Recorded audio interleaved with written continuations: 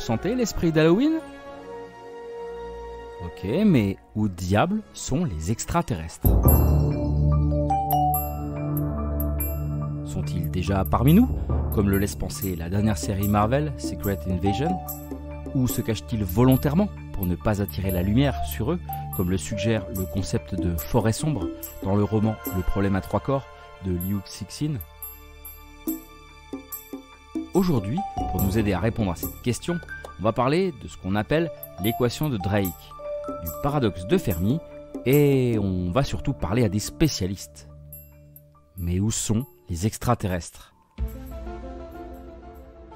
Bienvenue sur Math en tête, votre podcast de vulgarisation mathématique pour tous.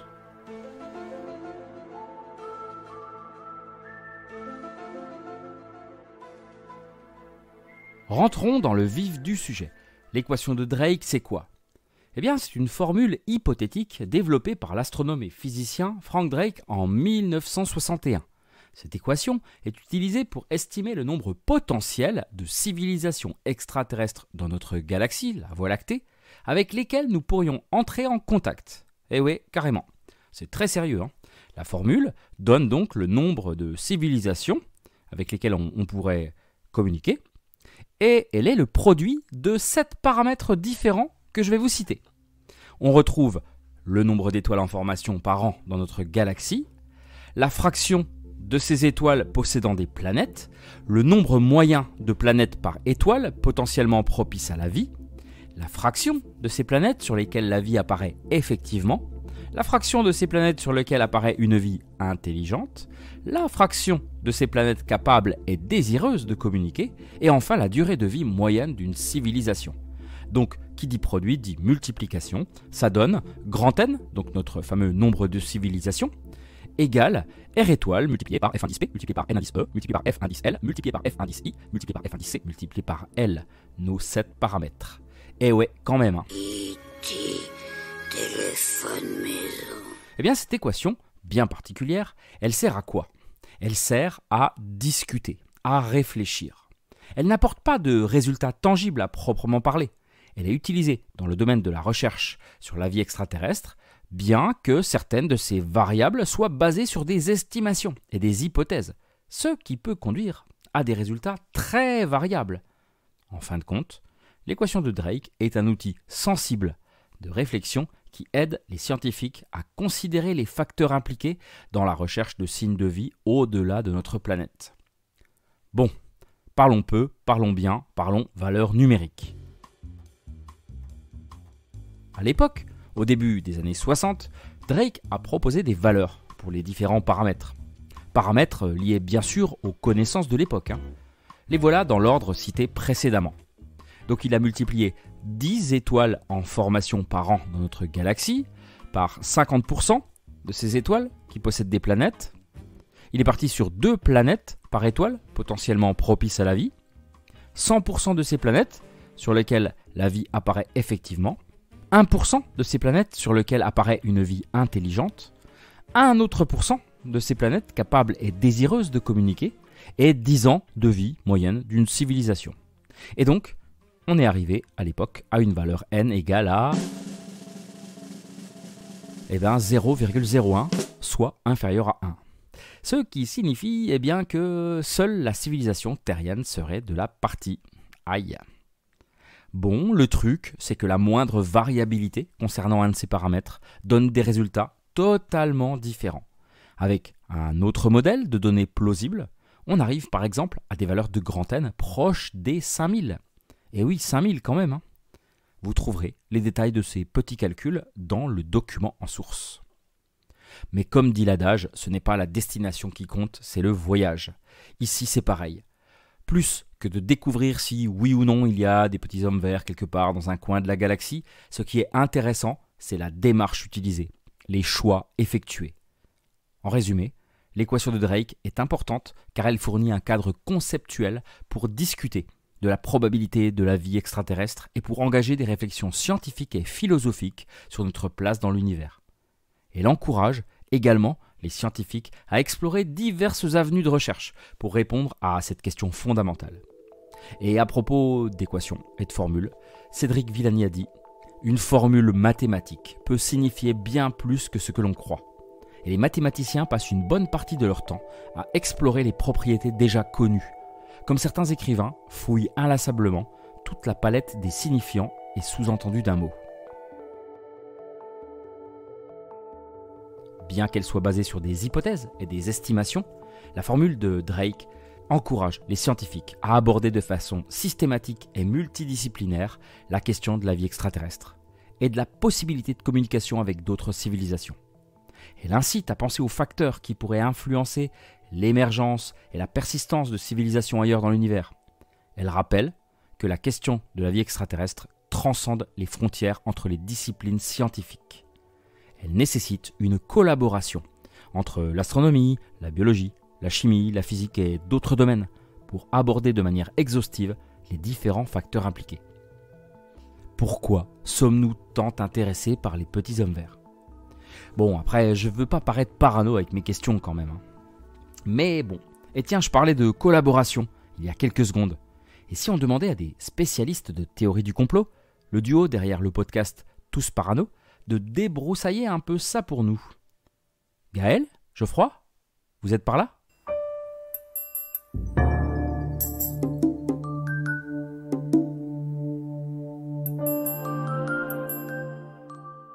Salut Alex. Bonjour Alexandre et bonjour les auditeurs de Ma Tête. Salut vous deux, merci d'être là. Alors, Alexandre, pour répondre un peu à ta question, en fait, les extraterrestres, on en trouve partout, que ce soit dans le cosmos, mais aussi sur Terre. Sérieux ? C'est sûr que des théories du complot sur le sujet, il y en a beaucoup. On pourrait presque dire que c'est un peu comme l'univers. La littérature complotiste sur les extraterrestres semble être elle aussi en expansion constante. Et déjà, on peut pointer d'ailleurs une étoile nommée Zeta Reticuli. Elle est située à une distance de 39 années-lumière de la Terre et elle est dans la constellation australe du Réticule. Oui, quelques ufologues allèguent effectivement que Zeta Reticuli, ça serait donc un système qui abriterait une civilisation extraterrestre qui aurait pour habitude de venir nous visiter assez souvent. Là, on pense au fameux petit gris. Oui, et d'autres nomment justement ces petits gris les Anunnaki. Et là, ils font référence à un mythe qui date, un mythe sumérien. Qui date de 3000 ans avant notre ère, donc à Sumer, en gros c'est l'actuel Irak, puisqu'on croyait déjà là-bas à l'existence de créatures supérieures venues d'ailleurs. Et dans le droit fil de ces croyances antiques, comment ne pas citer alors la théorie des anciens astronautes, Geoffroy ? Ah oui, ça c'est une théorie très populaire. Des millions de personnes dans le monde pensent en effet que certains monuments érigés pendant l'Antiquité aux quatre coins du globe, comme les pyramides d'Égypte, les lignes de Nazca au Pérou ou encore les statues de l'île de Pâques, prouveraient l'intervention d'extraterrestres. Mais c'est complètement dingue cette histoire. Eh oui, messieurs, cette théorie postule que d'anciennes civilisations humaines auraient été en contact avec des visiteurs, entre guillemets, extraterrestres, venus apporter sur la Terre leur savoir dans les domaines de l'architecture, comme tu viens de le dire, Geoffroy, mais aussi de l'écriture, de l'agriculture, de l'astronomie, de la médecine et aussi des mathématiques. Ça, c'est pour toi, Alexandre. Bref, détenteurs d'une technologie supérieure à celle de l'homme, ces extraterrestres seraient devenus au fil des siècles des dieux. Et pour certains auteurs, ils seraient même à l'origine de notre existence grâce à la manipulation génétique. Et puis il y a aussi une autre théorie majeure, Gaël, celle des reptiliens. Ah oui, oui, celle-là, on l'adore. Gros dossier là aussi, les reptiliens, des créatures mi-hommes, mi-lézards, qui viendraient d'une planète lointaine située dans la constellation du Dragon, pour piller nos ressources et asservir la race humaine. Des reptiliens qui auraient la capacité de changer leur apparence en prenant forme humaine pour mieux nous duper. Et c'est ainsi que, selon certaines théories complotistes, des personnalités de premier rang, que cela soit des célébrités du show business ou encore des dirigeants politiques, seraient en fait des reptiliens. Ah ouais ? Et vous avez des noms à nous citer, j'imagine ? Pas moi, c'est plutôt la complosphère qui en a, mais à ce qu'on raconte, les membres de la famille royale d'Angleterre, les Rothschild, Barack Obama ou encore Madonna, seraient des reptiliens. Et preuve de leur immense pouvoir, et de leur omniprésence d'ailleurs aussi, d'obscurs témoins affirment avoir vu l'ancien président George W. Bush se transformer en lézard dans le bureau ovale. La politique étrangère des États-Unis après le 11 septembre serait d'ailleurs le produit d'une conspiration reptilienne. Bon, cela dit, on n'a pas encore évoqué ce qui constitue sans doute la théorie majeure sur le sujet. La théorie qui met le doigt là où ça fait mal. Il existerait des relations secrètes entre les forces armées des États-Unis et des extraterrestres, et ce, depuis plusieurs décennies. Bah, comment ça? Eh bien, petit indice, Alex. Tout à l'heure, tu nous as mis une petite musique, tu sais, en référence à la célèbre série X-Files. Eh bien, c'est de ça dont on va parler maintenant. Ah, vous faites allusion à Roswell, c'est ça? Évidemment. Petit rappel contextuel quand même. L'idée ici, c'est qu'une soucoupe volante se serait crashée dans le désert du Nevada aux États-Unis, tout près de la petite ville de Roswell, du coup, en 1947. Vous avez certainement entendu parler de cette histoire. L'armée aurait tout nettoyé, mais aurait surtout mis la main sur de bien curieux spécimens, 4 corps d'extraterrestres, et l'un d'eux aurait même été capturé vivant. Et ces créatures venues d'ailleurs auraient alors été transférées dans une base ultra secrète nommée la Zone 51. Area 51 en version originale, comme on dit là-bas. Et les débris des vaisseaux spatiaux seraient eux aussi entreposés dans cette base. Et ils seraient étudiés dans le but de copier ces technologies extraterrestres pour assurer rien de moins que la suprématie militaire de l'Amérique. C'est la rétro-ingénierie, comme on dit. En tout cas, cette zone 51 alimente tous les fantasmes depuis cette époque. Attention, ces fantasmes ne reposent pas sur rien. Là, on est obligé d'être un petit peu plus sérieux. Déjà, l'existence de la zone 51, ainsi que tout un tas de programmes secrets consacrés aux ovnis, a été admise par les autorités américaines. Et plus ça va, et plus on peut constater que l'administration US communique volontiers sur le sujet, déclassifiant tout un tas de documents qui étaient auparavant cachés à notre connaissance. Et cela renforce évidemment la portée des milliers de témoignages directs recueillis sur tous les continents depuis des décennies, avec en tête les pilotes de l'armée de l'air qui affirment avoir croisé des ovnis à haute altitude. Oui, on peut parler aussi de ce qui s'est passé il y a quelques semaines, ce mois de septembre, où la NASA a publié un rapport complet sur le sujet en affirmant qu'effectivement, des événements inexpliqués ont bien lieu dans notre ciel. Et certains pensent même qu'un plan de divulgation progressive de l'existence des extraterrestres serait donc en cours. Alors ces infos nous arrivent au compte-gouttes, mais il y a une raison pour cela. C'est parce que l'humanité ne serait pas encore prête à recevoir cette vérité incroyable. Ah, d'accord. Oui, de quoi nous rendre tous parano. Enfin, ce qui est sûr, c'est qu'on parle de ce sujet de plus en plus librement. On l'a vu cet été aussi, où un ex-officier du renseignement a témoigné devant le Congrès américain, confirmant que les autorités dissimulaient les preuves de l'existence d'extraterrestres. Et oui, Gaël, son intervention a été hyper médiatisée et aujourd'hui, plus personne ne se permet de tourner en ridicule ces lanceurs d'alerte versés dans l'ufologie. Bref, Alexandre, je crois que tu l'as compris, ils sont partout, ces petits hommes verts ou gris, et les théories du complot sur le sujet, il y en a à foison. Bon, oui, j'avoue que là, j'en suis à un epsilon près de devenir complètement parano. Ah bah t'as bien fait de nous inviter parce qu'on a un petit cadeau, justement, pour les auditeurs de Math en tête. Ah ouais? Ah on n'allait quand même pas venir les mains vides.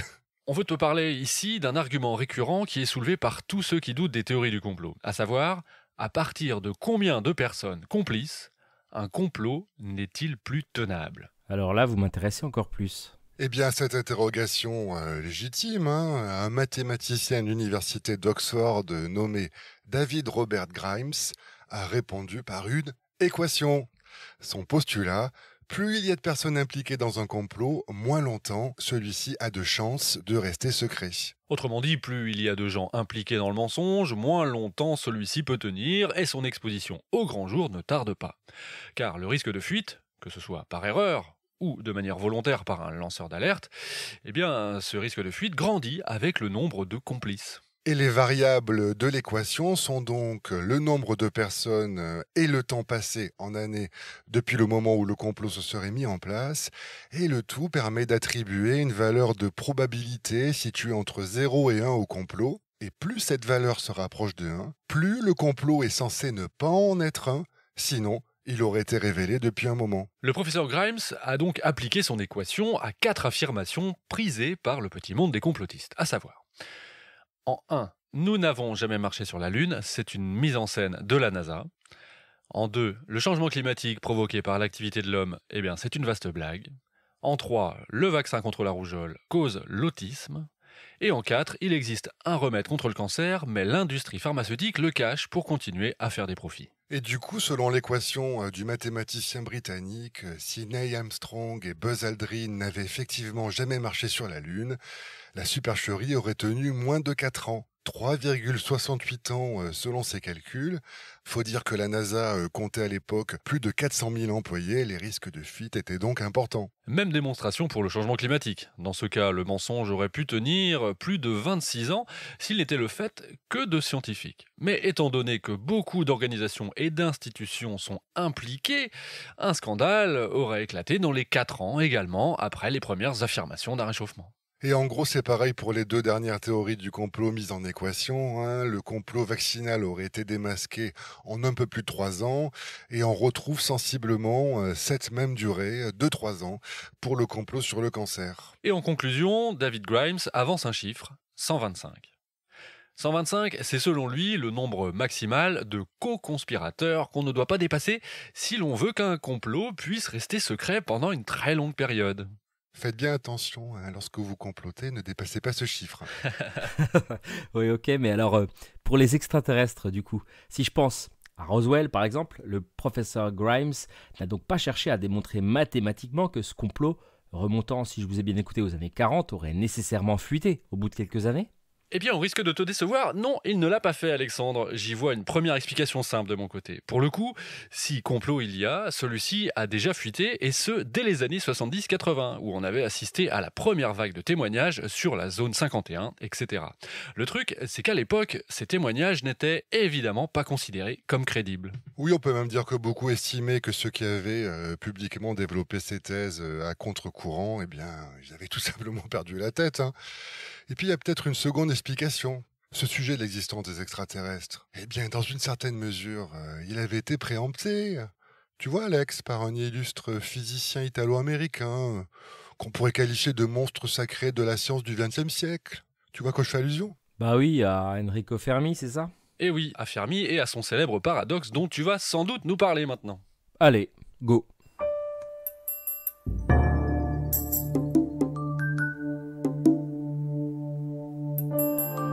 Bah oui, pour poursuivre l'exploration de l'équation de Drake, on ne peut évoquer cette dernière sans parler du paradoxe de Fermi.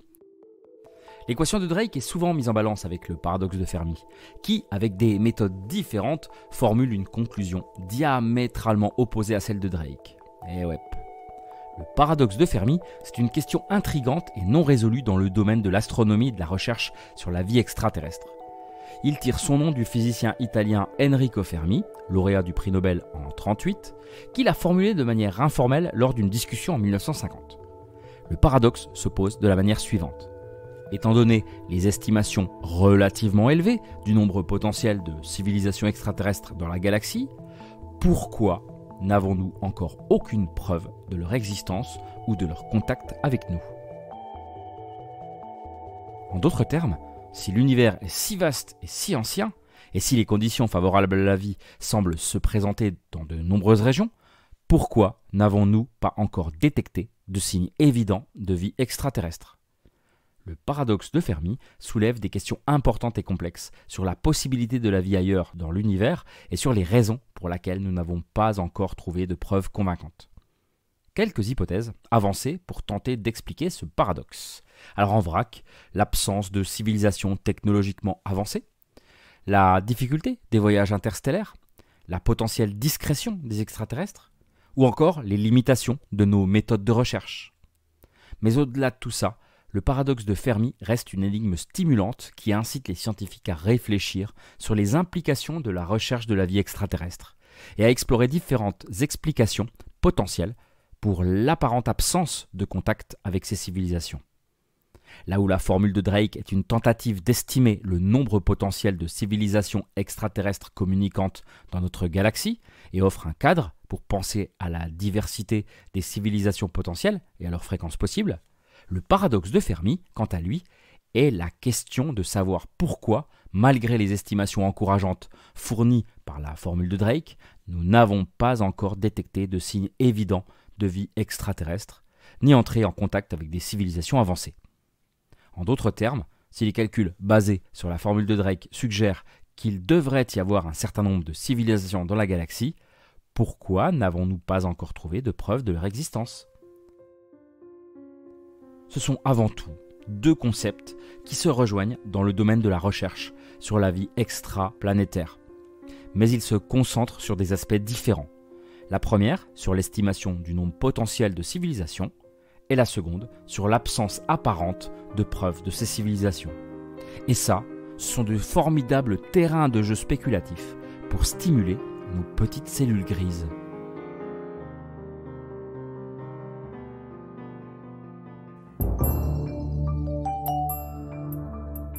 Merci à vous, merci à tous Parano pour leur participation à cette émission.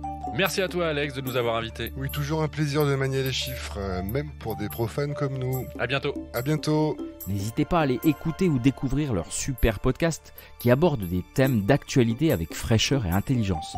Vous ne serez pas déçus. Je pense en particulier aux épisodes liés au thème que nous venons d'évoquer. Les liens sont dans la description bien sûr. En tout cas, si l'épisode vous a plu, sautez le pas et gratifiez Matt en tête d'un commentaire positif et de 5 étoiles sur votre appli d'écoute. Partagez-le et parlez-en autour de vous jusqu'aux confins de l'univers connu. Quant à moi, je vous dis à très vite pour de nouvelles aventures mathématiques.